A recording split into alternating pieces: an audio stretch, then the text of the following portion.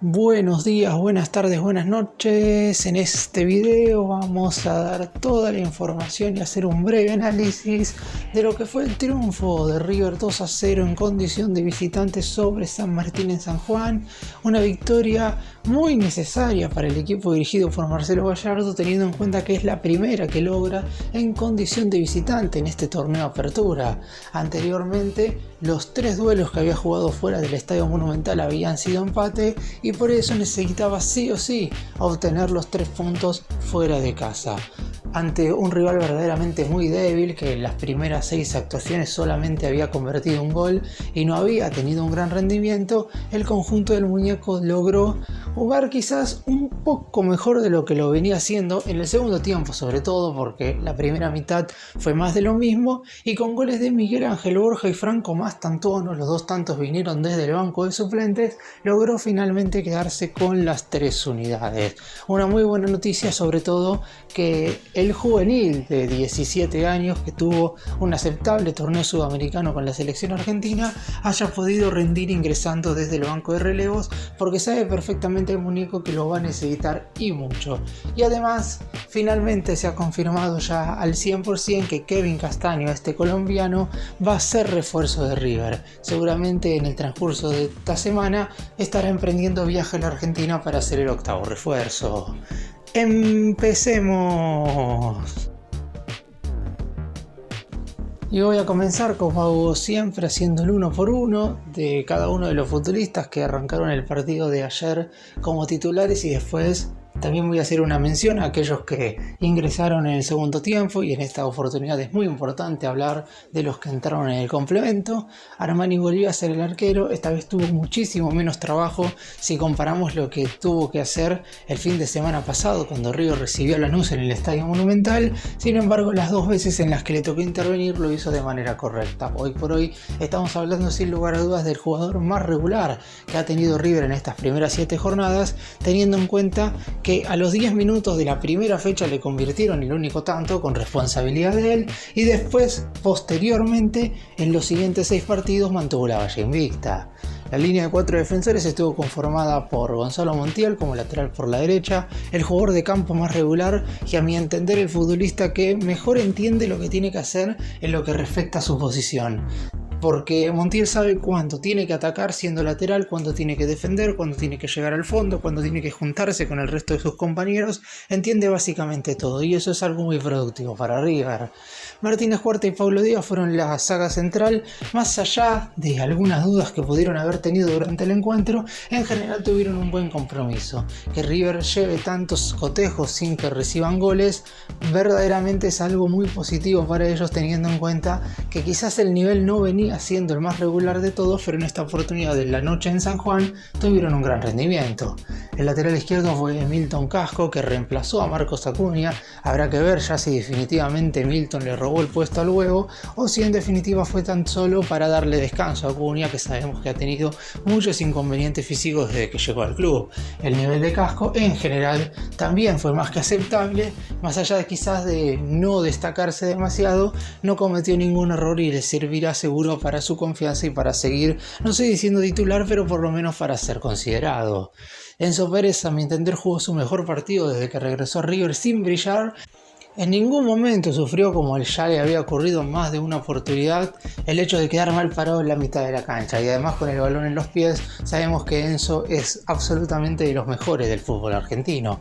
A su costado, debido a la lesión de Galopo, estuvo Santiago Simón, que también, sin ser quizás un futbolista que se destaque demasiado, termina siendo un buen complemento para Enzo, teniendo en cuenta que al ser joven su estado físico lo ayuda a ocupar bastantes sectores en el terreno de juego como para que el rival no se adueñe del centro del campo. Más adelantados como mediocampistas ofensivos, esta vez jugó de titular Maxi Mesa, que reemplazó al juvenil Santiago Lencina, y el Piti Martínez. En el caso de Mesa y del Piti, las jugadas en las cuales aparecieron de manera positiva fueron muy esporádicas. Se necesita más de ellos, se necesita que sean más regulares, pero obviamente terminaron teniendo un buen partido, teniendo en cuenta que Mesa participó activamente del segundo gol y el Piti dio una asistencia perfecta para el primer tanto del conjunto de Núñez. Los que claramente tuvieron una mala noche y fueron los dos muy flojos a tal punto de que el muñeco los reemplazó los dos en el entretiempo, fueron los dos atacantes. Facundo Colidio, que más allá de los 2 goles que le convirtió hace un par de jornadas a Independiente, está teniendo un torneo de apertura verdaderamente muy malo, y el otro es el chileno Gonzalo Tapia, que fue titular por primera vez. Es cierto que es muy pronto para juzgarlo, pero en este duelo frente al elenco sanjuanino tuvo un nivel verdaderamente preocupante. ¿Quiénes ingresaron en el segundo tiempo? Ya de por sí en el entretiempo, Gallardo sacó a los 2 puntas y metió a Borja y a Driussi. En el caso del colombiano, sin ser ese futbolista lúcido que a veces le gusta a Gallardo, la tocó y la mandó a guardar. Y eso es lo que hoy por hoy River necesita, de un delantero sabiendo que si bien al entrenador le gustan otra clase de atacantes, mientras Borja siga estando fino de cara a la portería rival, obviamente que va a ser tenido en cuenta por el DT. Y en el caso de Driussi, hace mucho trabajo sucio, teniendo en cuenta que juega bastante más retrasado que su compañero de ataque, y eso a mi entender le quita algo de lucidez. Aún así se nota la jerarquía que tiene, esperemos que pronto se le pueda cortar la sequía. Después terminó ingresando obviamente Mastantuono, que tuvo una entrada más que interesante, convirtiendo el segundo tanto con un muy buen zurdazo contra el palo derecho del arquero del elenco local. Craneviter, que reemplazó a Enzo Pérez sin destacarse, teniendo un ingreso óptimo, más allá de que es muy poco como para analizarlo.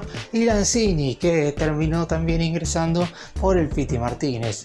Lanzini es un jugador extraño porque tiene algún que otro buen movimiento, pero después la realidad es, como lo vengo diciendo ya desde hace bastante tiempo, Lanzini necesita ser más certero en el área rival y de cara a portería, porque un mediocampista ofensivo tiene que tener más gol y asistencia. En lo que respecta al partido en sí, al desarrollo del mismo, River en el primer tiempo tuvo un cotejo verdaderamente muy pero muy malo. Los jugadores en ningún momento se encontraron colectivamente como para siquiera generar una situación de gol. Algún remate un tanto lejano, un tiro de esquina que pudo haber llegado a portería luego de una segunda jugada, pero poco más. San Martín tampoco hizo demasiado porque River no sufrió defensivamente, más allá de que Armani tuvo que participar en una ocasión, y por eso mismo, luego de esa primera parte, ambos conjuntos se fueron al vestuario empatando 0-0, un resultado lógico y justo para ambos equipos. En la segunda mitad, Gallardo metió mano rápidamente, tal como ha sucedido en los últimos partidos. Lo hizo contra Independiente, lo hizo contra Godoy Cruz, también contra Lanús, y no faltaban los cambios para este duelo ante San Martín. Adentro Borja y Driussi, afuera Colidio y Tapia. Y en la primera que tocó el colombiano, asistencia fenomenal del Piti Martínez, que durante la primera mitad no había tenido participaciones tan oportunas. Es cierto que el Piti es un jugador que siempre pide la pelota y que sobre el costado izquierdo se mueve como para quedar bien perfilado, ya sea para tirar el centro o para patear al arco. Pero se necesita muchísimo más de los volantes ofensivos, no solamente del Piti, de Mesa, de Lanzini, si en algún momento juega Matías Rojas también. Esos jugadores que tienen que pisar bastante más el área como para que River pueda generar más situaciones de gol. En esta oportunidad, enorme asistencia de Martínez para Borja, que logra punteársela justo ante la salida del arquero, y de esa manera River se ponía en ventaja 1-0. Posteriormente, 10 minutos después, llegaría una muy buena acción de Mesa por el costado derecho que terminaría desembocando en los pies de Montiel. Este toca perfectamente hacia el medio del área, prácticamente donde estaba parado Mastantuono, que también ya había ingresado, y de zurda el juvenil de tan solo 17 años la puso al lado del palo derecho del arquero del equipo local, y de esa manera River ya ganaba 2-0 y había muchísima más tranquilidad, sobre todo porque por la poca jerarquía que tenía el elenco anfitrión y por lo, no sé si muy bien que está River defensivamente, pero por lo menos por la sensación que da el equipo a la hora de mantener el arco en cero.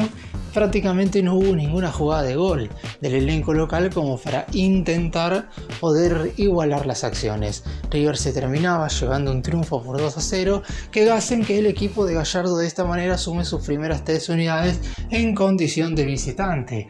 Es un resultado muy positivo teniendo en cuenta que ahora al conjunto de Núñez se le viene una seguidilla de partidos muy pero muy complicada y necesitaba llevarse estos 3 puntos como sea. Era el momento de finalmente sacarse la mala espina de no haber podido nunca ganar fuera de casa en este 2025, y obviamente el rival ayudaba y mucho. No es sencillo jugar nunca fuera del Monumental, es decir, de visitante en el fútbol argentino, pero San Martín de San Juan, el recién ascendido a Primera División, sin lugar a dudas que es de los equipos más débiles de todos. Así que River se aprovechó de eso y con un segundo tiempo aceptable, todavía sin esa concepción de juego que seguramente pretende Gallardo, pero sí con muy buenas acciones individuales y con una jerarquía muy por encima a la de su rival de turno, River termina llevándose un triunfo que lo acomoda definitivamente entre los 4 primeros de la zona B y ahora ya puede pensar en lo que viene. Y se terminó de confirmar finalmente la llegada de Kevin Castaño, más allá que durante la semana había una confirmación bastante parcial. La verdad también es que el futbolista seguía jugando con el Krasnodar absolutamente como si nada. Sin embargo, el representante del jugador y obviamente también el propio Castaño habrían ejercido la presión suficiente como para que el equipo ruso acepte el último ofrecimiento de River, que eran los números que en su momento pretendía el elenco europeo. River terminará pagando por Kevin Castaño $7,5 millones en un solo pago y $1,5 millones más en bonos y objetivos a futuro. Por lo pronto es un jugador que hoy River parecería que necesita. Obviamente que Castaño no va a ser el salvador, no va a ser el jugador que solucione los problemas que tiene el equipo en la mitad de la cancha y muchos menos va a ser el jugador más importante del plantel. Viene para sumar, pero viene justamente para ser uno de los complementos más importantes que hoy se notan que le faltan al elenco de Gallardo. Castaño puede jugar como mediocampista central en solitario, no puntualmente por ser un volante defensivo, pero sí por ser ese jugador que con cualquier otro futbolista seguramente el plantel de River pueda formar un buen tándem en el centro del terreno de juego. Puede compartir mitad de campo con Enzo Pérez, con Craneviter, con Aliendro, con Galopo, con Simón, con cualquiera de estos futbolistas, más allá de que todos tienen características distintas. Castaño es un jugador verdaderamente muy equilibrista y complementario en la mitad de la cancha, que es justamente lo que hoy River necesita, un equilibrio que le ayude a seguir atacando, porque River no puede priorizar más lo defensivo que lo ofensivo, pero aún así estamos hablando de fútbol, y en el fútbol hay dos facetas, el atacar y el defender. River por lo pronto parecería que hoy está mejor en lo defensivo que en lo ofensivo, por algo es un equipo que tiene tan solo un gol en contra en los primeros 7 cotejos jugados, pero a su vez también tiene 7 goles a favor en los primeros 7 partidos, es decir, tan solo un tanto por encuentro cuando debería tener más. Es verdad que Castaño tampoco es de esos volantes que llegan con tanta facilidad al arco rival, pero por lo pronto no deja de ser un futbolista más que interesante como para que el resto de sus compañeros se vean beneficiados por justamente lo que él propiamente hace dentro del terreno de juego. Tiene 24 años, es decir, es un futbolista que más allá de que se vaya a pagar mucho dinero por él, River podría llegar a transferirlo nuevamente al fútbol europeo como para recuperar gran parte de la inversión. De hecho, seguramente el deseo de Castaño en algún momento sea volver al viejo continente, porque hoy está regresando al fútbol sudamericano por una cuestión que tiene que ver primero con que a mediados del año que viene se juega el Mundial y si bien Colombia no está todavía al 100% clasificado, casi con seguridad que lo hará y necesita estar en un país un tanto más competitivo.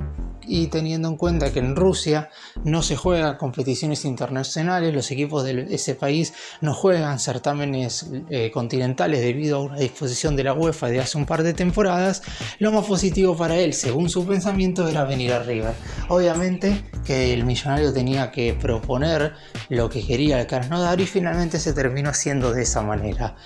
Gallardo ha manifestado que no se comunicó nunca con él, pero sí que es un futbolista que conoce. Es cierto que no ha querido hablar en relación a su llegada porque hasta que no firme y no se oficialice como el octavo refuerzo del club, obviamente que nadie quiere meter la pata. Para cerrar y contar un poco lo que viene en el mundo River en el corto plazo, el próximo fin de semana el Millonario estará enfrentando a Estudiantes de La Plata por la octava fecha de este torneo Apertura 2025. Llegamos a la mitad del primer certamen a nivel local que se jugará en este año calendario.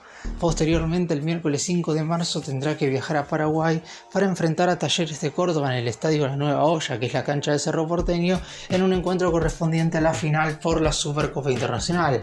Este torneo que se debió haber disputado durante el año pasado, pero que por falta de calendario, por falta de fechas, ya sea del equipo de Núñez o del conjunto de Córdoba, no se pudo llevar a cabo en ese tiempo y por eso se terminó pactando para este momento. Y posteriormente cerrará esta seguidilla de 3 partidos de manera rápida el 9 de marzo cuando le toque recibir a Atlético Tucumán en el Estadio Monumental. Por último, también se puede agregar que Riestra será el último cotejo que jugará antes de la fecha FIFA de marzo, donde muchos equipos no tendrán partidos. River por su parte debutará en la Copa Argentina nada más y nada menos que contra Ciudad Bolívar.